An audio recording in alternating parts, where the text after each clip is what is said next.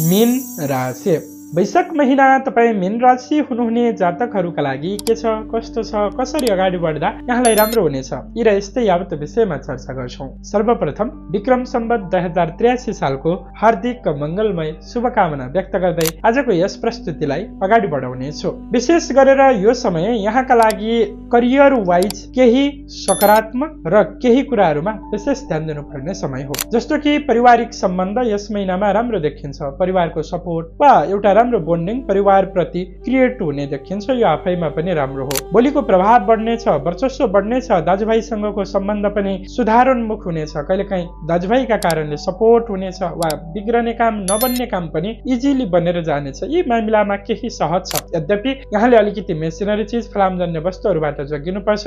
केही सामान्य चोटपटक वा सामान्य खालको कुनै घटनाका दोषहरू भने बनिरहेको छ, यसमा ध्यान दिनुपर्छ। अधिकतम खर्चका कारणले गर्दा अलिकति आर्थिक र फाइनान्सियल कुराहरूमा समस्याहरू पक्कै पनि फेस गर्नुपर्ने हुन्छ। यदि तपाईँ विवाहित हुनुहुन्छ भने वैवाहिक सुखको योग वा म्यारिड लाइफमा एकअर्काको सम्बन्धमा राम्रो बोन्डिङ बन्न सक्ने योग बनिरहेको छ। पार्टनरसिपमा गरिने कार्यहरू सफलता उन्मुख नै छन्। यद्यपि कुनै पनि निर्णय लिँदा आफू अग्रसर भएर भन्दा अरूलाई अगाडि सारेर गरेका कार्यहरूले राम्रो र दिगो सफलता दिन सक्छन्। विशेष गरेर स्वास्थ्यमा पेट सम्बन्धित समस्या, सिर टाउको दुख्ने समस्या वा इगोइस्टिक नेचरले अलिकति केही दुःख दिन सक्छ। यसलाई कन्ट्रोल गर्नु नै राम्रो हो। विशेष शिक्षा, शैक्षिक, एजुकेसन जस्ता क्षेत्रमा आबद्धित व्यक्तिहरूका लागि राम्रो समय छ। तपाईँ कन्स्ट्रक्सन, ठेकापट्टा वा विशेष गरेर मेसिनरी क्षेत्रमा आबद्धित व्यक्ति हुनुहुन्छ भने यहाँका लागि पनि राम्रो बनिरहेको छ। यद्यपि आर्थिक र फाइनान्सियल गतिविधिका क्षेत्रमा अलि अधिकतम खर्चको वा कहिलेकाहीँ आफ्नो पैसालाई सही रूपमा प्रयोग गर्न नसक्नका कारणले गर्दा उब्जन सक्ने समस्याहरूले केही दुःख दिन सक्छन्। जग्गा जमिन खरिद गर्ने विचारमा हुनुहुन्छ वा